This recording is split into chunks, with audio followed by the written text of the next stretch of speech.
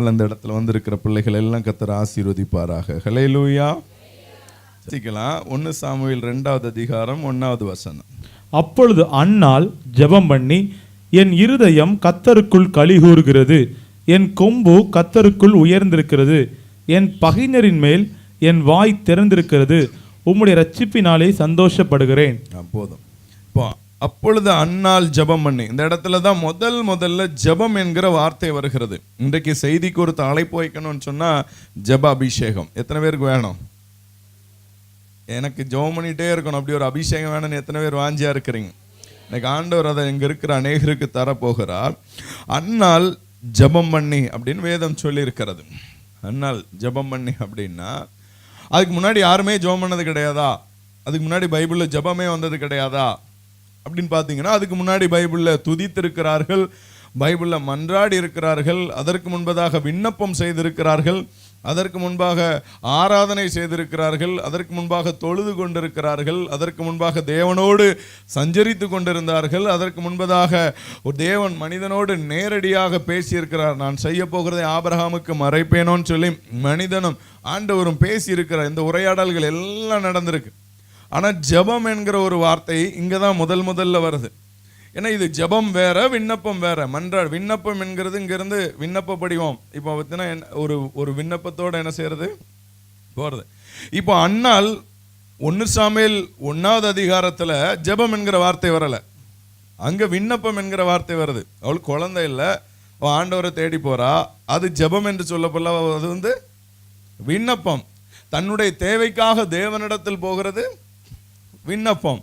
ஆனா இங்க அவளுடைய தேவை சந்திக்கப்பட்டுட்டு 2வது அதிகாரத்துல அவளுக்கு குழந்தெல்லாம் பிறந்துருச்சு. ஆனா இங்க அவ என்ன பண்றா? ஜெபம் பண்றா. அப்போ ஒண்ணு நல்லா புரிஞ்சுக்கணும், விண்ணப்பம் தேவைப்படும் போது தான் என்ன செய்வோம்? விண்ணப்ப படிவம் எப்போ போய் வாங்குவீங்க?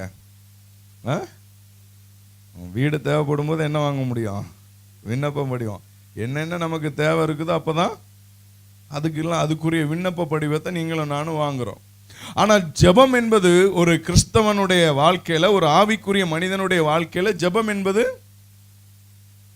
அதுதான் மூச்சு காத்து. ஆவிக்குரிய மனிதனுடைய ஜெபம் என்னைக்கு நிறுத்தப்படுகிறதோ அன்னைக்கு ஜெபம் பண்ணாம நிறைய கிறிஸ்தவர்கள் அது பாட்டுக்கு உயிரோட லாந்து தான் செய்யறாங்க.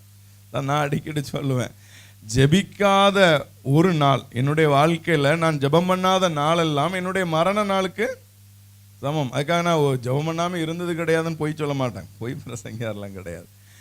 சில நாட்களில் ரொம்ப டயர்டில் படுத்து தூங்கியிருக்கோம், ஜெபம் பண்ணுறதுக்கு காலையில் ஜெபம் பண்ணாமல் நைட்டு ஜெபம் பண்ணியிருக்கோம். அப்படி ஜெபம் பண்ணாமே ஒரு நாள்லாம் போயிருக்கோம். ஏன்னா தொடர்ச்சியாக ஊழியாக இருந்திருக்கோம். ஒரு நாள் அப்படி படுத்து அசதியாக தூங்கியிருப்போம், அடுத்த நாள் எந்திரிச்சு நல்லா ஜெபம் பண்ணியிருப்போம்.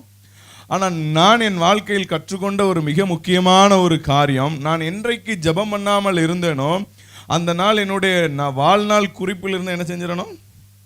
அதெல்லாம் நான் வாழாத நாள், என்னுடைய மரண நாளில் தான் அதெல்லாம் என்ன செய்யணும்? சேர்க்கப்படும். நான் வாழ்ந்த நாள் எது என்றால், நான் ஜெபித்த நாட்கள் தான். நான் ஒரு ஆவிக்குரிய மனிதன் என்றைக்கெல்லாம் ஜெபிக்கிறானோ அன்றைக்கு தான் அவன் வாழ்கிற நாளுக்குரிய அடையாளம். ஜெபம் என்பது தான் ஒரு மூச்சு காத்து, அதுதான் ஒரு சுவாச காத்து.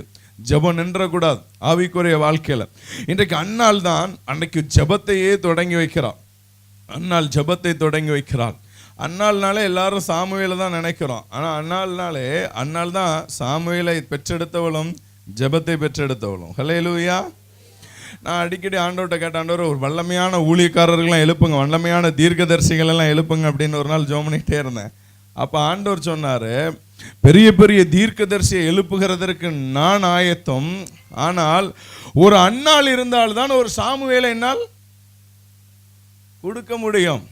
ஒரு மரியாள் இருந்தால்தான் இயேசு கிறிஸ்து பிறக்கவே. இன்னைக்கு ஆண்டவர் தேடிக்கிட்டு இருக்கிறது அன்னாள். ஆனால் எந்த கூட்டத்துக்கு போனாலும் தாய்மார் கூட்டம் அதிகமாக தான் இருக்கும், பெண்கள் கூட்டம் அதிகமாகத்தான் இருக்கும். ஆனால் அன்னாள் இங்கு இருக்கிறீர்களா? மரியாள் இங்கு இருக்கிறீர்களா? ஒருவேளை குழந்தை பாக்கியமே இல்லை, அன்னைக்கு ஒரு அக்கா ஜெபிக்கிறதுக்கு அழைக்கிறாங்க. நான் எனக்கு ஜெபம் பண்ணும்போது தோணுது, 10 வருஷம் ஆயிடுச்சுன்னாங்க. நான் சொன்னேன், உங்களுக்கு ஒரு ஆண் பிள்ளை ஆண்டவர் கொடுப்பார், ஊழியத்துக்கு ஒப்பு கொடுங்கன்னு சொல்லி சொன்னேன். அவங்களுக்கு மனம் இல்லை, குழந்தையே பிறக்கலை. ஆனால் அந்த குழந்தை எங்கே கொடுக்கூடாது? ஊழியத்துக்கு கொடுக்கூடாது. இன்னைக்கு அன்னாள்களே இல்லை. அன்னைக்கு அன்னாள் ஆண்டவர்கிட்ட அவளுக்கு அதுக்கு பிறகு குழந்தை பிறந்ததா பிறக்கலையா? எத்தனை குழந்தை பிறந்தது? 5 குழந்தை பிறந்தது. அவன் அந்த 5 குழந்தைகளும் ஆண்டவர்கிட்ட எதிர்பார்க்கவே இல்லை. எனக்கு மலடிங்கிற பேர் போனோம், என் சக்காலத்தை எனக்கு என்ன செய்யறா, மிகவும் விசனப்படுத்துறா. ஆண்டவர் இடத்துல வைராக்கியமா எப்படி ஜெபிக்கிற தாய்மார்கள் இன்னைக்கு தேவன் தேடிக்கொண்டிருக்கிறார். அவள் வாழ்க்கையில விண்ணப்பம் பண்ணி அவள் பெற்றுக்கொண்ட உடனே அவள் ஜெபத்தை ஆரம்பிக்கிறாள். அப்போ என்ன, ஜெபம் என்கிறது எப்பொழுதும் நாம் செய்ய வேண்டிய ஒன்று. அனுதினமும் முழுதும் ஜெபம் பண்ணணும், எப்பொழுதும் ஜெபம் பண்ணணும். புதிய ஏற்பாடுல ஒரு வசனம் இருக்கு, ஜெபம் பண்றதுக்கு டைம் என்ன அப்படின்னு போட்டிருக்குன்னா ஆண்டவர் சொல்லியிருக்காரு, எப்பொழுதும் விழித்திருந்து ஜெபம் பண்ணுங்க, இடைவிடாமல் ஜெபம் பண்ணுங்க. இப்போ நீங்களும் நானும் ஜெபிக்கிறவர்களா இருக்கணும். ஜெப கூட்டத்துக்கு கலந்து கொள்கிறது நல்லது. அதே வேளையில வீடுகளில் இருக்கும்போது நீங்க தனித்து கூடி ஜெபிப்பது அதுவும் கோடி நன்மை கொண்டு வரும், அது தேசத்திற்கு ஒரு ஆசீர்வாதம். ஆனால் நீங்கள் தனித்து ஜெபித்தால்தான் உங்க வாழ்க்கையில் ஒரு எழுப்புதல். ஜெபம், இந்த ஜெபத்திற்கு இன்றைக்கு முக்கியத்துவம் கொடுக்கணும். குடும்பங்கள் ஜெபத்திற்கு முக்கியத்துவம் கொடுக்கணும். இன்றைக்கு ஜெபிக்க அநேகருக்கு தெரியறது இல்லை. எல்லாமே விண்ணப்பம், மன்றாடு எல்லாமே ஒன்றா கலந்து இன்னைக்கு அடிச்சுட்டு இருக்கிறோம். ஜெபம் என்றால் என்ன, அண்ணால் எப்படி ஜெபம் பண்ணால் நீங்கள் வாஸ்து பார்த்தீங்கனாலே அவளுடைய ஜெபம் கடைசியில் துதிக்கிறான். ஜெபத்தில் ஆரம்பித்து துதித்தல்ல முடித்ததாக அதில் சொல்லப்பட்டிருக்கிற பாருங்க. நீங்களும் நானும் ஜெபத்திற்கு அதிக முக்கியத்துவம் கொடுக்க வேண்டும். ஹல்லேலூயா. ஜெபம் ஜெபம் ஜெபம் ஜெபம், இரவும் பகலும் ஜெபிக்கணும். எப்போ வேணாலும் ஜெபிக்கலாம். அழகா சாட்சி சொன்னாங்க, நிறைய சாட்சிகள் சொன்னாங்க. எல்லா சாட்சிகளையும் கவனித்து பார்த்தாலும் நிறைய சாட்சிகள் அற்புதத்திற்கு முன்பதாக ஜெபம். நான் நடந்து ஜெபம் பண்ணேன், சின்னதாக ஒரு ஜெபம் பண்ணேன், அந்த ஜெபத்தை ஆண்டவர் கேட்டார். முழுதும் ஜெபம் பண்ணேன், அடிக்கடி ஜெபம் பண்ணேன், அந்த ஜெபத்தை ஆண்டவர் கேட்டார். ஒரு நாள் ஜெபம் பண்ணேன், தினமும் ஜெபம் பண்ணேன். ஜெபம் தினந்தோறும் நீங்கள் நானும் என்ன செய்யணும், பண்ணிகிட்டே இருக்கணும். ஹல்லேலூயா. ஆண்டவர் அதைத்தான் இன்றைக்கு நம்மளிடத்தில் எதிர்பார்க்கிறார். ஜெபிக்கிறவர்களாய் நீங்களும் நானும் காணப்பட வேண்டும். ஹல்லேலூயா. இங்கே ஒரு அண்ணால் பார்த்தோம், இன்னொரு அண்ணால் பைபிளில் இருக்காங்க. லூக்கா 2வது அதிகாரம் அதனுடைய 36-37 வாசிக்கு. ஆசேருடைய கோத்திரத்தாலும் பானுவேலின் குமாரத்தியுமாகிய அன்னாள் என்னும் ஒரு தீர்க்கதரிசி இருந்தாள். அவள் கன்னி பிராயத்தில் விவாகமான முதல் 7 வருஷம் புருஷனுடனே வாழ்ந்தவளும் அதிக வயது சென்றவளுமாயிருந்தாள். ஏறக்குறைய 84 வயதுள்ள அந்த விதவை தேவாலயத்தை விட்டு நீங்காமல் இரவும் பகலும் உபவாசித்து ஜெபம் பண்ணி ஆராதனை செய்து கொண்டிருந்தாள். சரி, இங்கே ஒரு அண்ணாள் வராங்க. அண்ணாள்னு பெயர் வச்சாலே ஜோமனன்மா என்னன்னு தெரியல. பைபிளில் 2 இடத்துல அண்ணாள் வராங்க, 2 இடத்துலையும் ஜெபிச்சிருக்கிறாங்க. ஹல்லேலூயா. இன்னைக்கு இருக்கிற அண்ணாள்லாம் ஜெபிக்கிறாங்களா இல்லையான்னு சொல்லி தெரியல. நீங்களும் நானும் ஜெபிக்கிறவர்களாக காணப்படணும். பாருங்க, இந்த அம்மா ஜெபம் பண்ற அம்மாவை குறித்து வேதம் சொல்லியிருக்கிறது. ஒரு தீர்க்கதரிசி. அவங்க யாரு, கன்னி பிராயத்தில் விவாகானம் முதல் 7 வருஷம் தான் கணவரோட வாழ்றாங்க. அப்படின்னா அவங்க இப்போ யாரா இருந்திருக்கணும், விதவையா இருந்திருக்கணும். அவங்க வயசு எத்தனை ஆகுது, 84 வயசுல என்ன பண்றாங்களாம், இரவும் பகலும் தேவாலயத்தை விட்டு நீங்காமல் உபவாசித்து ஜெபம் பண்ணி ஆராதனை செய்து கொண்டு இருந்தார்கள். சரியா. பாருங்க, இன்னைக்கு நிறைய பேர் பார்த்தீங்கன்னா இப்போ கொஞ்சம் வயசானாலே உபவாசம் இருக்கிறது கிடையாது. ஆனால் இங்கே ஒரு தாயார்கிட்ட பேசினேன், அவங்க சொன்னாங்க 40 நாட்கள் உபவாசம் என்ன செய்கிறேன் இருந்தேன் அப்படின்னு சொல்லி. ஆச்சரியமா, வயதான காலத்தில் 40 நாள் உபவாசம் இருக்கிறது சாதாரண விஷயம் அல்ல. ஆனால் இன்றைக்கு மக்கள் உபவாசம் இருக்கிறது ரொம்ப குறைஞ்சி போச்சு. இன்னைக்கு உபவாச ஜெபம் அப்படின்னு எங்கேயாவது விளம்பரம் பார்த்தா அங்கே நிச்சயமாக என்ன இருக்குன்னு அர்த்தம், சாப்பாடு இருக்குன்னு அர்த்தம். ஒருவேளை மக்கள் இன்னைக்கு அதை அப்படி மாறிட்டாங்க. உணவு இருந்தால் தான் கூட்டத்துக்கு போகிறாங்க. ஒருவேளை அதெல்லாம் நான் தவறுன்னு சொல்ல வரல. ஆனால் நீங்கள் உபவாசித்து ஜெபிக்கிறவர்களா, போகிற உபவாச ஜெபத்துக்கு கூட அன்னைக்கு என்ன செய்யணும், சாப்பிடாம போகணும். ஹல்லேலூயா. நான் உபவாசம்லாம் மாறிடுச்சு. அன்னைக்கு ஒருத்தர் கேட்குறாரு, உபவாசம் ஆனால் பக்கடா மட்டும் சாப்பிடுவேன், உபவாசம் பப்ஸு மட்டும் சாப்பிடுவேன். இது என்ன உபவாசம்னு சொல்லி தெரில. இந்த பக்கடா உபவாசம், பப்ஸு உபவாசம்லாம் வேகாது. ஹல்லேலூயா. நீங்கள் நானும் அட்லீஸ்ட் வாரத்தில் 2 நேரம் சாப்பாடையாவது உபவாசம் பண்ணி என்ன செய்யணும், இருக்கணும். அப்படி இருந்தால் மெடிக்கலாகவும் ரொம்ப நல்லதுங்கிறாங்க. மெடிக்கலாகவும் ரொம்ப ரொம்ப நல்லது அப்படின்னு சொல்லி சொல்கிறாங்க. பாருங்க, இந்த அம்மா 84 வயசுல உபவாசம் பண்ணி ஜெபம் பண்ணி ஆராதனை செய்கிறான். அப்போ ஜெபிக்கிற ஒரு மனிதனுடைய வாழ்க்கையில, ஜெபிக்கிற ஒரு ஆளுடைய வாழ்க்கையில் என்ன நடக்கிறது பாருங்க. இவங்க இத்தனை வருஷம் ஜெபம் பண்ணி என்ன கிடைச்சது, நிறைய பேர் அப்படிதான் கேட்போம். இவ்வளோ ஜெபம் பண்ணி எங்களுக்கு என்ன கிடைச்சது, ஜெபம் பண்ணி என்ன கிடைச்சது? இது அநேகருடைய கேள்வியா இருக்கும். அடுத்த வசனம் வாசிக்கலாம். அவளும் அந்நேரத்திலே வந்து நின்று கர்த்தரை புகழ்ந்து எருசலேமிலே மீட்புக்காக காத்திருந்த யாவருக்கும் அவரை குறித்து பேசினாள். பாருங்க, இந்த இடத்துல என்ன நடக்குதுன்னா, இந்த அன்னாள் ஒரு சாமுவேலை பெற்றெடுத்ததாக வேதம் சொல்லல. ஆனா இவங்க யாரை பார்க்கிற பாக்கியம் கிடைத்தது? இயேசு கிறிஸ்துவை மேசியா பிறக்க போகிறாருங்கிற தீர்க்க தரிசனம் 700 ஆண்டுகளாக எல்லா பக்கம் சொல்லப்பட்டது. ஏசாமி எங்க பிறக்கிறாரோ அதான் பார்க்கணும் அப்படின்னு சொல்லு. ஆனா இங்க வேதம் தெளிவாக சொல்கிறது, ஆண்டவருடைய பிறப்பை பார்க்கிறதுக்கு யாருக்கு வாய்ப்பு கொடுக்கப்பட்டது? ஜெபிக்கிறவர்களுக்கு. ஏசாமி நீங்களும் நானும் திரும்பியும் பார்க்கலாம். அவருடைய ரகசிய வருகை சீக்கிரத்தில் வரப்போகிறது. அதை பார்க்குற வாய்ப்பு எல்லாருக்கும்.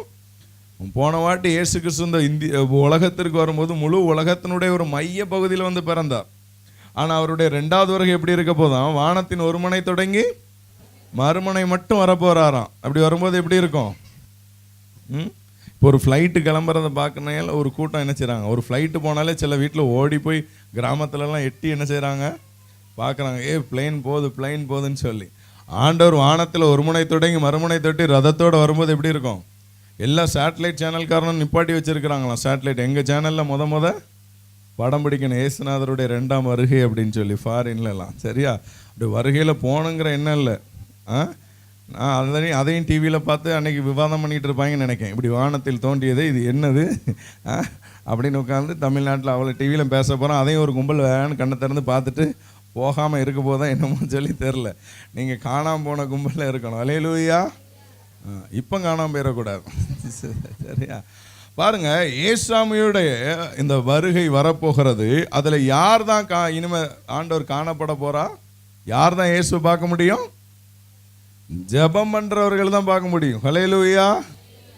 ஜெபிக்கிறவர்கள் தான் இயேசுவை சந்திக்க முடியும். ஹல்லேலூயா. இப்போ ஜெபனாலே இயேசுவோட பேசுறது தான், ஜெபனாலே ஆண்டவர் இறங்கிடுவார் அப்படிங்கல. இவ ஓயாமல் ஜெபித்து கொண்டு இருக்கா. இவட்ட ஆண்டவர் பேசினதா மற்ற எதுவுமே எழுதலை. பேசினவளுக்கு மிகப்பெரிய பாக்கியம் கிடைக்கிறது, இயேசு கிறிஸ்துவை காண்கிற பாக்கியம். நீங்கள் ரொம்ப வருஷம் 84 வருஷம் நானும் உயிரோடு இருக்கேன்னா என்ன செய்யணும்? உபவாசித்து ஜெபிக்கணும். ஹல்லேலூயா. நீங்கள் ஜெபிக்கணும். மற்றவர்களுடைய ஜெபம் என்ன செய்யாது? உங்களுடைய வாழ்க்கையில் உங்கள் தனிப்பட்ட ஜெபத்தை தேவன் எதிர்பார்க்கிறார். ஹல்லேலூயா. இப்போ ஜெபம் அப்படின்னாலே நம்ம ஆண்டவர்கிட்ட எல்லா காரியங்களையும் ஓப்பனாக நீங்கள் ஆண்டவரோடு பேசுகிறது தான் ஜெபம். மனதில் உள்ள பைபிள் சொல்லியிருக்கு, நீங்கள் ஜெபத்தில் எவைகளை கேட்பீர்களோ அவைகளை பெற்றுக்கொண்டோன்னு சொல்லி என்ன செய்யணுமா?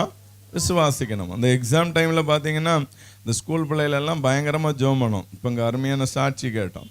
சில சாட்சி எப்படி இருக்கும் அப்படின்னா, அந்த எக்ஸாம் டைமில் சர்ச்சை பார்த்தாலும் சரி, சேப்பலை பார்த்தாலும் சரி, அந்த 10th 12th பிள்ளைகளுக்கு பக்தி எங்கேருந்து வருதான்னு தெரியாது. அந்த எக்ஸாம் டைமில் அவங்களுக்கு ஒரு அபிஷேகம் வந்துடும். சரியா? அந்த டைமில் அவங்களுக்கு பக்தி தன்னால் வந்துடும். சோத்திர காணிக்க தன்னால், ஐயோ சர்ச்சில் நான் போய் ஆல்டரில் வைக்கணும், நான் ஜெபம் பண்ணணும் எல்லாம் வரும். ஆனால் அந்த ரிசல்ட் வரும்போது சிலருக்கு மார்க்கு குறைஞ்சிரும். சரியா? இப்போல்லாம் ஃபெயில் ஆகிறவங்க அளவுலாம் குறைஞ்சி போயிடுச்சு. மார்க் ரொம்ப கம்மியாகும். பார்த்தீங்கன்னா அந்த ரிசல்ட் வந்த உடனே அது சொல்லும், எனக்கு அன்னைக்கே தெரியும் மேக்ஸில் 60 மார்க் தான் வரும். ஆனால் அது வரைக்கும் பயங்கர ஜெபம் பண்ணியிருக்கும். ஆனால் ரிசல்ட் வந்தோடனே என்ன சொல்லும்? அன்னைக்கே தெரியும்.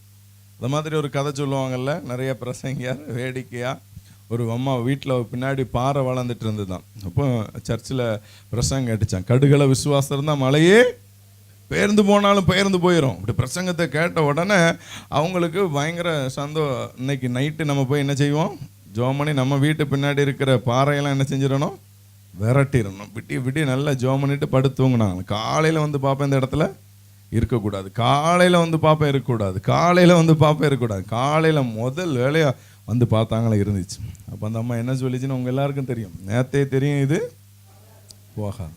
அப்போ நேற்று எந்த அளவுக்கு அது நிறைய பேருடைய விசுவாசம் ஜெபத்தோடு உங்களுடைய ஜெபத்தில் விசுவாசம் இருக்கணும். அதை பெற்றுக்கொண்டோம் அப்படின்னு சொல்லி என்ன செய்யணும்? விசுவாசிக்கணும். நான் பெற்றுக்கொண்டேன், நான் ஆண்டவர்கிட்ட சொல்லிட்டேன், அவ்வளோதான். ஆண்டவர் இந்த காரியத்தை செஞ்சுட்டார். என் மகளுடைய திருமண பிரச்சனையை ஆண்டவர் சமூகத்தில் சொல்லிட்டேன், ஆண்டவர் பார்த்துக்கொள்வார். மகளுடைய எதிர்கால படிப்பை நான் ஆண்டவர் சமூகத்தில் சொல்லிட்டேன், ஆண்டவர் பார்த்துக்கொள்வார். எல்லாவற்றுக்கும் ஜெபிக்கிற பழக்கம் உடையவர்களாக நீங்கள் என்ன செய்யணும்? சின்ன காரியமாக இருக்கலாம், பெரிய காரியமாக இருக்கலாம், எல்லாத்தையும் தேவ சமூகத்தில் கொண்டு போய் ஜெபித்து பாருங்க. அதனுடைய விளைவு பயங்கரமாக இருக்கும். பாருங்க, இன்றைக்கு அப்படிப்பட்ட ஆட்களை தேவன் தேடிக்கொண்டிருக்கிறார். ஹல்லேலூயா. அது மாத்திரமல்ல, அதே லூக்கா அதிகாரம் அந்த 23வது வசனத்தை வாசிங்க. முதற் பேரான எந்த ஆண் பிள்ளையும் கர்த்தருக்கு பரிசுத்தமானதென்னப்படும் என்று கர்த்தருடைய நியாயப்பிரமாணத்தில் எழுதியிருக்கிறபடி அவரை கர்த்தருக்கென்று ஒப்பு கொடுக்கவும். சரி, ஆண்டவர் இந்த காரியத்தை எனக்கு பேச சொல்றதுனால சொல்றேன். ஒரு அன்னாள், ஒரு மரியாளை நம்பி இயேசு கிறிஸ்துவை ஆண்டவர் வயிற்றில் கொடுத்ததுக்கு ஒரு காரியம், அந்த இயேசு கிறிஸ்துவ அவங்க கொண்டு எங்கே விட்டாங்க? முதற் பேரான எந்த ஆண் பிள்ளையும் கர்த்தருக்கு பரிசுத்தம் என்னப்படும் என்று கர்த்தருடைய நியாயப்பிரமாணத்தில் எழுதிக்கிறபடி அவரை கர்த்தருக்கென்று ஒப்பு கொடுத்தார். நீங்கள் முதற் பேரான ஆண் குழந்தைகளை எல்லாம் என்ன செய்யணும்? கட்டாயமாக ஊழியம் செய்யணும். இங்கே இருக்கிற எத்தனை பேருக்கு முதற் பேரான ஆண் குழந்தை இருக்கிறது? அதாவது ஆண் குழந்தை இருக்கிறவங்களாம் கை தூக்குங்க, நல்லா கை தூக்குங்க. எத்தனை பேருடைய, அதாவது முதற் பேரான ஆண் பிள்ளைன்னு சொல்லி பைபிள் சொல்லியிருக்கு. ஆனால் அடுத்த 2வது பிள்ளை 3வது பிள்ளை ஊழியத்துக்கு போனால் போகலாம். ஒரே வீட்டில் 10 பிள்ளையும் ஊழியத்துக்கு போகலாம். ஏன்னா புதிய ஏற்பாட்டில் ஆண்டவர் என்ன சொல்கிறாருன்னா, ஒருவன் என்னை பின்பற்றி வர விரும்பினால் யாருனாலும் வரலாம், காமன் காலிங். ஆனால் ஒருத்தருக்கு ஒரு பெரிய சட்டத்திட்டம் இருக்கிறது. அது யாருக்கு? மூத்த ஆண் பிள்ளை. இப்போ என் வீட்டில் ஆண் பிள்ளையே இல்லை அப்படின்னா நீங்கள் நிம்மதியாக இருக்கிற மாதிரி தெரியுது, சரியா? ஆனால் பைபிள் சொல்லியிருக்கு முதற் பேரான ஆண் குழந்தை. என்னென்னா ஆண் குழந்தைக்குன்னு ஒரு முக்கியத்துவம் கொடுப்போம். அது யார் ரொம்ப கொடுப்பான்னா பெண்கள் தான் கொடுப்பாங்க. ஒரு அம்மாவுக்கு பேரன் பிறந்திருக்கு, அந்த அம்மாவுக்கு அவ்வளோ சந்தோஷம். பேத்தி பிறந்த இன்னொரு அம்மா ரொம்ப வருத்தம், எனக்கு பொம்பளை பிள்ளை எல்லாம் பிறந்திருக்கு, நீங்கள் யார் பாட்டி, நீங்களும் பெண் தானே அப்படின்னா அந்த பாட்டிக்கு புரிஞ்சிக்க முடியல, சரியா? ஆண் குழந்தைய எல்லாரும் விரும்புகிறோம். ஆனால் பைபிள் சொல்லுது, இப்போ நீங்கள் நல்லா கவனித்து பார்த்தீங்கன்னா இந்த தலைப்பிள்ளை ஆண் பிள்ளையாக இருக்கிற நிறைய வீடுகளில் ஆண் பிள்ளைகளுக்கு பார்த்தீங்கன்னா நிறைய பிரச்சனை இருக்கும். இந்த தலைப்பிள்ளைக்கு நிறைய பிரச்சனைகள் இருக்கும். அந்த பிள்ளைய அவங்க ஊழியத்துக்கு ஒப்பு கொடுக்கலை அப்படின்னா நிறைய ப்ராப்ளம் இருக்கும் அவங்களுக்கு. அப்படி இல்லைன்னா என்ன செய்யலாம்னு சொல்லி பைபிள் போட்டிருக்கு. அவங்களுக்கு ஒரு கிரயத்தை செலுத்தி சிஎஸ்ஐ திருச்சபையில் அருமையான அந்த பழக்கம் இருக்கும். பார்த்திங்கன்னா முந்தைய காலத்தில் ஆல்டரில் கொண்டு கொடுத்து என்ன செஞ்சுருவாங்க, ஒரு அமௌண்ட்டு போட்டு சின்ன வயசில் எடுத்துகிட்டு வந்துடுவாங்க. அப்படி எடுக்கத்தான் அந்த சாமெல்லாம் என்ன செய்யும். இல்லாட்டி இந்த மூத்த ஆண் பிள்ளைக்கு பார்த்திங்கன்னா நிறைய பிரச்சனைகள் வந்துக்கிட்டே தான் இருக்கும். மூத்த ஆண் பிள்ளைகள் ப்ராப்ளம் வந்துகிட்டே இருக்கும். யோசித்து பார்த்தீங்கன்னா உங்களுக்கு நல்லா தெரியும், மூத்த ஆண் பிள்ளைகளுடைய வாழ்க்கையில் பிரச்சனைகள் வருகிறதுக்கு மிக முக்கியமான காரணம் இதுதான். ஆந்திராவுக்கு நாங்கள் ஊழியத்துக்கு போயிருந்தோம். ஒரு ஐயா சொன்னார், என் மூத்த ஆம்பளை பிள்ளைக்கு எப்போ பார்த்தாலும் பிரச்சனை. அதனால் நானும் ரொம்ப நாள் யோசித்து பார்த்தேன் என்ன செய்யலான்னு சொல்லி. அப்புறம் தான் ஆண்டவர் பைபிள்லேருந்து அந்த சம்பவத்தை காட்டின உடனே அவர் சொன்னார், எருசலேம் தேவாலயம், பெரிய பணக்காரர், அரண்மனை மாதிரி வீடு வச்சிருக்கிறார். எருசலேம் தேவாலயத்தில் போய் என் மகனுக்கு 31 வயசாயிடுச்சு, $31 அங்கே போய் என்ன செய்ய போகிறேன், காணிக்கையாக கொடுக்க போகிறேன் அப்படின்னு சொல்லி சொன்னார். அவருடைய தகுதிக்கு ஏற்ற மாதிரி, மதிப்புக்கு ஏற்ற மாதிரி உங்கள் பிள்ளைக்கு நீங்களே கரையும் செலுத்தி எடுத்தீர்கள் என்றால் தான் என்ன செய்ய முடியும், தப்ப முடியும். ஹல்லேலூயா. பாருங்கள், இன்றைக்கி அன்னாள் இல்லை, மரியாள் இல்லை. ஆனால் பேரில் அன்னாள் மரியாள் நிறைய ஊர்களில் என்ன செய்யுது, மேரிக்கு பஞ்சமே கிடையாது, சரியா? நிறைய மேரி மரியாள் இதெல்லாம் நிறைய சுற்றுறாங்க. ஆனால் உண்மையிலேயே ஆண்டவருக்குன்னு சொல்லி ஊழியத்திற்கு பிள்ளைகளை விட்டு கொடுக்குற ஆட்கள் இந்த காலத்தில் இல்லை. எதனால் இப்படி நான் பேசுகிறேன்னா, நாங்களாம் வாலிபர்கள், எல்லா பசங்களும் வாலிபர், என் கூட சேர்ந்து நிறைய தம்பிமார் வாலிபர்களாக இருக்கிறாங்க. சில பசங்க பாவத்தில் இருக்கும்போது பெற்றோர் வந்து தம்பி எப்படியாவது கூட்டிகிட்டு போய் ஊழியத்துக்குள்ளே கொண்டு போவாங்க. கொஞ்சம் ஊழியத்துக்குள்ள வந்து சண்டே கிளாஸ் எடுத்து ஊழியத்துக்கு செய்கிறதுக்கு பைபிளை தூக்கிட்டு போன உடனே பெற்றோருக்கு பயம் வருது. ஊழியக்காரனாக போயிடுவானோ, பொழப்பு இல்லாமல் போயிடுவானோ, துட்டு இல்லாமல் போயிடுவானோ, பண கஷ்டம் வந்துடுமோ. உடனே அந்த அம்மா சொல்லுவாங்க, ரொம்ப அவனெல்லாம் என்ன செய்யாதீங்க, கூட்டு போவாதீங்க. உடனே நானும் என்ன செஞ்சிருவேன், சரி விட்டுருவேன், விட்டுட்டு வந்துடுவேன். அப்புறம் ஒரு வருஷங்க ஆகும், திரும்ப அடிப்பாங்க. ஹலோ, ரொம்ப டிவி பார்த்துட்டு போட்டு அடின்னு அடிக்காயா, என்னை வந்து கொஞ்சம் காப்பாற்று. திரும்பியும் அவனை எங்கே கொண்டு போ, ஊழியத்துக்கு கூட்டுப்பான். ஊழியத்துக்கு வந்தவன அவன் திருந்தி நல்ல பையனாக சாந்தமாயிடுவான். அம்மா ஒரு கணத்தில் அடித்தா மறு கணத்தை காட்டுற அளவுக்கு வந்துடுவான். வந்த உடனே இந்த அம்மா என்ன செஞ்சிடும், இது 2 கணத்தில் அடிக்கிற அளவுக்கு ஜம்ப் ஆகிரும், சரி? ஊழியத்துக்கு போனால் அடி விழுந்துடும். அப்புறம் பிடிச்சி வீட்டுக்குள்ளே போட்ட உடனே அவன் திரும்ப மாறிடுவான். அவன் பின்வாங்கி போய் பின்தினம் போன 7ஆவையும் கூட்டு வந்துடும், சரியா? அவன் முன்னிலைமை பார்க்கலும் பின்னிலைமை எப்படி இருக்கும், 2 அடி அடித்து அன்னைக்கு வா சேர்த்து 24 அடி கொடுக்கன்னு கொடுப்பான். இன்றைக்கு நிறைய வீடுகளில் இப்படிப்பட்ட பிரச்சனை. காரணம் என்னன்னா, நம்ம அரசாங்கம் சொல்லுது நாம் இருவர் நமக்கு ஒருவர். அந்த காலத்தில் 10 பிள்ளை 20 பிள்ளை பெற்றாங்க, ஒரு பிள்ளை ஊழியத்துக்கு கொடுக்குறது யாரும் வருத்தப்படலை. இன்னைக்கு எல்லா வீட்லேயும் ஒரு பிள்ளை தான். அந்த எல்லா வீட்டில் உள்ள ஒரு பிள்ளையும் பிஇ தான் படிக்கி, ஒன்றாவது வேற ஏதாவது படிக்குதான்னு பார்த்தா படிக்க மாட்டேங்குது. வழியே இல்லை. கவுன்சிலிங்கில் எல்லா காலேஜும் மூடிட்டாங்கன்ன பிறகு தான் அது பிஏ பக்கமோ மற்ற பக்கமோ திரும்பி போகுது. மற்றபடி மேக்சிமம் எல்லாம் பிஇ தான். ஒரு தெருவுக்கு 30-40 இன்ஜினியர் கிடக்குறாங்க வேலை இல்லாமல். இந்த எல்லா பிஇ படித்தாலும் வேலையே இல்லைனாலும் அவன் என்ன செய்ய மாட்டான், ஊழியம் செய்ய மாட்டான். பாருங்கள், இது காரணம் அம்மா அவனை இன்ஜினியர் ஆக்கணும் ஆசைப்படுது, அப்பா டாக்டர் ஆக்கணும் ஆசைப்படுது. ஆண்டவர் அவனை குறித்து மூத்த ஆண் பிள்ளைய ஊழியம் இருக்குது அப்படின்னு ஆண்டவர் ஆசைப்படுறாரு. அவன் ஊதாரியாக சுற்றிக்கிட்டு இருப்பான். அவன் யாருக்கும் இடங்காமல் அவனை கட் அவுட்டில் மட்டும் பார்க்கலாம், அசன கட் அவுட்டில் மட்டும், கோயிலுக்குள்ளே பார்க்க முடியாது. சரியா? நிறைய அசன கட் அவுட்டில் போனால் 30-40 வாலிபர்கள் இருக்காங்க. சர்ச்சு ஆராதனைக்கு போன வாலிபர்களை காணோம். வாலிபர் ஐக்கிய சங்கம் வழக்கம் போல் நடைபெறும்னு ஒரு இடத்துல சொன்னாங்க. முடிஞ்ச உடனே நான் போய் நிற்க, யாரும் காணோம். ஐயா என்ன இதான் வழக்கம் போல் நடைபெறும், இதான் வழக்கம் போல் நடைபெறும் அப்படின்னு சொல்கிறார். யோசிச்சு பாருங்க, இன்னைக்கு ஆண்டவர் ஒரு கூட்டத்தை எதிர்பார்க்கிறார். ஹல்லேலூயா. ஜெபிக்கிற அண்ணால் எழும்ப வேண்டும். ஜெபிக்கிற மரியாதை வந்து இன்னைக்கு நிறைய பேர் ஏதோ தெய்வம் கும்பிட்டு இருக்காங்க. அந்த விஷயம் மரியாளுக்கே தெரியாதான். மரியாளுக்கே தன்னை பூமியில் தெய்வமாக கும்பிடுற மேட்டர் தெரியாதுன்னு சொல்லி பரலோக தரிசனத்தை கண்ட ஒரு சகோதரி ஒரு புத்தகத்தில் ஏஞ்சலிக்கால் என்கிற சகோதரி எழுதியிருக்கிறாங்க. அந்த மரியாள், நம்ம எல்லாரும் மரியாளை வந்து ஏதோ கடவுள் மாதிரி பார்த்துட்டு இருக்கோம். ஆனால் அந்த மரியாளுடைய லைஃப்பில் மரியாள் என்ன பண்ணாங்க வாசிக்கலாம். அப்போஸ்தலர் 1வது அதிகாரம் 14வது வசனம் வாசிக்கலாம். அங்கே இவர்கள் எல்லாரும் ஸ்ரீகளோடும் இயேசுவின் தாயாகிய மரியாளோடும் அவருடைய சகோதரரோடும் கூட ஒருமனப்பட்டு ஜெபத்திலும் வேண்டுதலிலும் தரித்திருந்தார்கள். யார் ஜெபத்தில் தரித்திருந்தா? நம்ம எல்லாம் மரியாதை கடவுள்னு பார்த்துட்டு இருக்கோம். அந்த மரியாளம்மா என்ன செஞ்சாங்களாம், அவங்க ஜெபத்திலையும் வேண்டுதலையும் என்ன செய்கிறாங்க, தரித்திருக்கிறாங்க. அப்போ அவங்ககிட்டே ஜெபத்தில் வேதத்தில் தரித்திருக்கும் போது நம்ம என்ன செய்யணும்? இப்போ அவங்க மூலமாலாம் எங்கே போக முடியாது, போக முடியாது. ஏன்னா அவங்க பரலோகத்தில் இருக்காங்க. கனம் பெற்றவர்கள், கிருபை பெற்றவர்கள், அவர்கள் தேவனோடு இருக்கிறார்கள். ஆனால் அவர்கள் வணக்கத்திற்குரியவர்கள் கிடையாது, கனத்துக்குரியவர்கள். பாருங்க, இன்றைக்கு மரியாளே ஜெபத்தில் இருந்தார்கள். அப்போ ஜெபிக்கிற ஒரு தாயாரால தான் ஒருவேளை ஆண்டவருடைய ஊழியத்துக்கு என்று பிள்ளைகள் என்ன செய்ய முடியும். இப்போ நீங்களும் நானும் ஜெபம் பண்ணுறீங்க. யாரெல்லாம் நீங்கள் ஜெபிக்கிறீங்களோ உங்கள் சந்ததியில் ஆண்டவர் பெரிய மாற்றத்தை உண்டாக்குவார். ஹல்லேலூயா. நான் நிறைய பேரை பார்த்துருக்கிறேன். இப்போ நான் ஊழியம் செய்கிறேன் அப்படின்னா, எங்கள் பாட்டி பார்த்தீங்கன்னா ஒரு காலத்தில் வந்து அவங்க பயங்கரமாக சாமி ஆடினோம். ஆரமங்கலம் கோயிலில் வந்து பயங்கரமாக சாமி ஆடி குறி சொல்லிக்கிட்டு இருந்தாள். பாருங்கள், எங்களுக்கு சொந்த எங்கள் அம்மாவுக்கு இடைநிலை. அப்போ அங்கேருந்து அந்த கோயிலில் போய் சாமி ஆடி குறி சொல்லிகிட்டு இருக்கிறாங்க. அப்போ அங்கே இருக்கிற ஒரு ஜெப வீடு, அங்கே இடைநிலையில் இருக்கிற ஜெப வீட்டில் போய் ஜோமணி தான் அவங்களுக்கு அற்புதம் கிடைத்து அவர்கள் இயேசுவை சொந்த இரட்சகராக ஏற்றுக்கொள்கிறார்கள். அதை ஏற்றுக்கொண்ட பிறகுலேருந்து இன்றைக்கு வரைக்கும் எங்களுடைய பாட்டியை பார்த்தீங்கன்னா எனக்கு தெரிஞ்சு அவங்க 4 மணிக்கு 5 மணிக்கு எந்திரிச்சிருவாங்க. டெய்லி 1 மணி நேரம் ஜெபம் பண்ணுவாங்க. கரெக்டாக விடியற் காலையில் சோத்திர ஜெபம் 1000 சோத்திர பலிகளையும் அவங்க டெய்லி என்ன செய்வாங்க, டெய்லி 1000 சோத்திர பலி சொல்லுவாங்க. இப்போ அப்படிலாம் அவங்க செய்கிறதுனால எங்கள் பாட்டி ஆண்டவர் உலகம் முழுசும் எடுத்து பயன்படுத்தினார் நான் சொல்ல மாட்டேன். எங்கள் பாட்டியோட பிள்ளைகள் பார்த்தீங்கன்னா 7 பிள்ளைகள் இருக்கிறாங்க. அதில் எங்கள் அம்மா எங்கள் சித்தி இப்போ முழு நேர ஊழியத்திற்கு வந்துட்டாங்க. பெண்கள் ஊழியம் செய்கிறாங்க, செய்தி கொடுக்க போகிறாங்க, முழு நேர ஊழியத்துக்கு வந்துட்டாங்க. ஆனால் பேர பிள்ளைகள் அடுத்த ஜென்ரேஷன் எப்படி எழும்புது? அப்போ இன்னைக்கு நீங்கள் சாதாரணமாக ஒரு தாயாராக வந்து இங்கே உட்காந்து ஜெபம் பண்ணிக்கிட்டு இருக்கலாம். நீங்கள் ஜெபித்து நல்ல எண்ணத்தோடு இருக்கணும். என்ன எண்ணத்தோடு இருக்கணும்?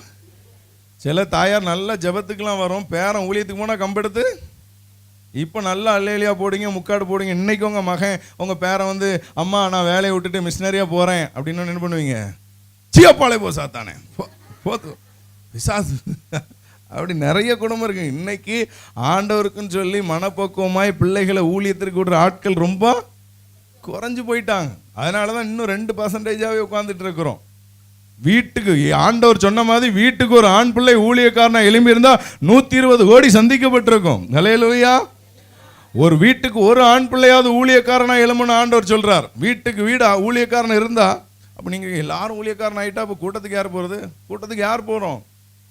ஆண்டவர் சொன்ன ஊழியக்காரர்கள் யார்? இங்கே இந்தியாவில் எத்தனை கோடி சந்திக்கப்பட்டிருக்கு?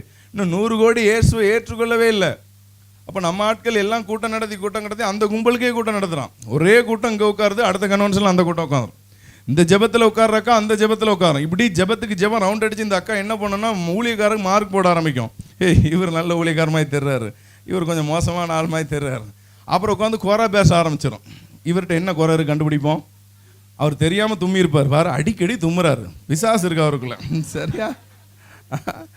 அது இந்த அக்கா அன்னைக்கு வெண்ணி கொடுக்காம பச்சை தண்ணியை கொண்டு கொடுத்துருக்கோம், அதில் தான் தும்மி இருப்பார். சரியா? ஆனால் அதை ஒரு குறையாக பிடிச்சோம். இன்றைக்கி நிறைய பேருக்கு காரணம் அதனால தான். நான் என்ன சொல்ல, உங்ககிட்ட பெரிய குறை இருக்குது. என் வீட்டில் என் சந்ததியில் ஊழியக்காரங்களே இல்லை அப்படிங்கிறவங்க கை தூங்க பார்க்கலாம். என் குடும்பத்தில் ஒரு ஊழியக்காரர் கூட இல்லை. எல்லார் வீட்லையும் ஊழியக்காரங்க இருக்காங்களா? சரி, இப்படி சொன்னால் நீங்கள் தூக்க மாட்டீங்க. யார் வீட்டிலலாம் ஊழியக்காரங்க இருக்கிறாங்க. என் பிள்ளை ஊழியக்காரனாக இருக்கிறான், ஐயா இருக்கிறாங்க, 1 2 3 சேரில் பாருங்கள், ஊழியக்காரங்களாக இருக்கிற எல்லோரும் சேரில் இருக்கிறாங்க. இங்கே ஒரு அம்மா இருக்கிறாங்க, மீதி எல்லாம் இல்லை. இப்போ உங்கள் ஆசைப்படணும். நீங்கள் என்ன செய்யணும்? இப்போ எங்கள் அம்மா எடுத்துக்கிட்டிங்கன்னா, எங்கள் அம்மா நல்லா ஜெபம் பண்ணுற தாயார். எங்கள் அம்மாவும் பயங்கரமாக ஜெபிக்கிறாங்க. எங்கள் பாட்டியும் நல்லா ஜெபம் பண்ணுவோம். எங்கள் அம்மாவும் விடிய காலத்தில் பயங்கரமாக ஜெபம் பண்ணுவோம். நான்லாம் இப்படி தான் கேட்பேன், ஆண்டவரே எங்கள் அம்மா மாதிரி நான் ஜெபம் பண்ணணும்லாம் கேட்பேன். அவ்வளோ ஜெபம் பண்ணுவாங்க. அப்போ எங்கள் அம்மா ஜெபம் பண்ணாங்களாம். நான் ஒரு ஆம்பளை பிள்ளை, 3 பொம்பளை பிள்ளைகள் எங்கள் வீட்டில்.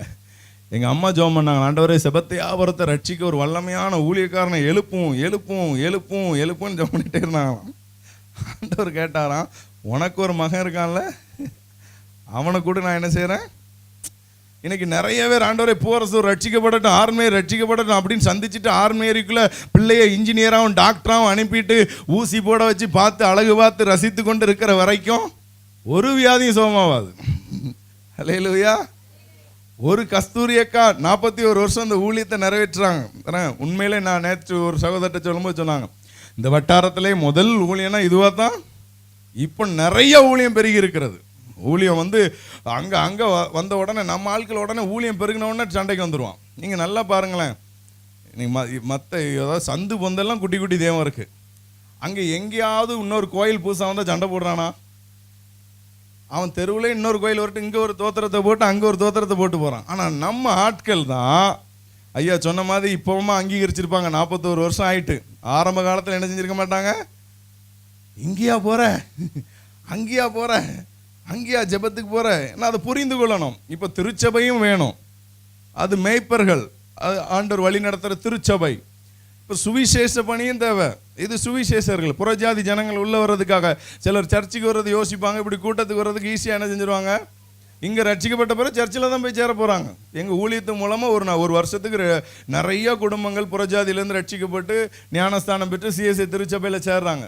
பைபிளில் 5 வகையான ஊழியங்கள் இருக்கிறது. 5 வகையான ஊழியங்களும் ஊருக்கு தேவை. அல்லேலூயா. ஏதாவது ஒன்று இல்லைன்னா தான் சிக்கல். 5 வகையான ஊழியக்காரன், தீர்க்கதரிசியும் தேவை, அப்போஸ்தலரும் தேவை, ஆண்டவருக்கு சுவிசேஷகர்களும் தேவை, மேய்ப்பர்களும் தேவை, போதகர்களும் தேவை, எல்லாரும் தேவனுக்கு தேவை. அப்படிப்பட்ட ஊழியர்கள் எல்லாரும் எழும்பணும். இன்னைக்கு பிள்ளைகளை மனப்பூர்வமாய் ஊழியத்திற்கு கொடுக்கிறதற்கு ஆட்கள் இல்லை. அப்படி ஆட்கள் என்றைக்கு வருக, இன்னைக்கு ஊழியக்காரர்களே தன்னுடைய பிள்ளைகளை ஊழியத்திற்கு கொடுக்கிறதற்கு அவர்களுக்கு விருப்பம் இல்லை. ஏனென்றால் ஊழியத்தில் இருக்கிற கசப்புகளையும் பாடுகளையும் உபத்திரவங்களையும் பார்த்துட்டு சோர்ந்து போய் விடுகிறார்கள். இன்னைக்கு ஊழியர்கள் எழும்ப வேண்டும். ஹல்லேலூயா. வீட்டுக்கு ஒரு ஊழியக்காரர்கள் எழும்ப வேண்டும். அப்படி என்றைக்கு நடைபெறுகிறதோ இந்தியா ரட்சிக்கப்பட்டு விடும். ஹல்லேலூயா.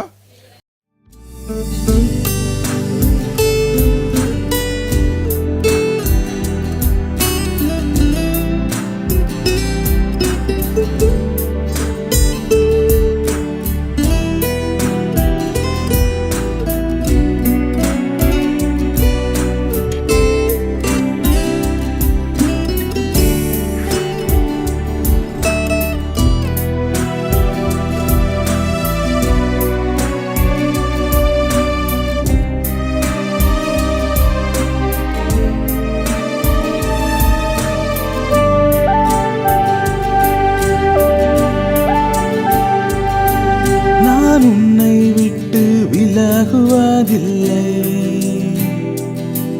நான் உன்னை என்றும் கைவிடுவதில்லை. நான் உன்னை விட்டு விலகுவ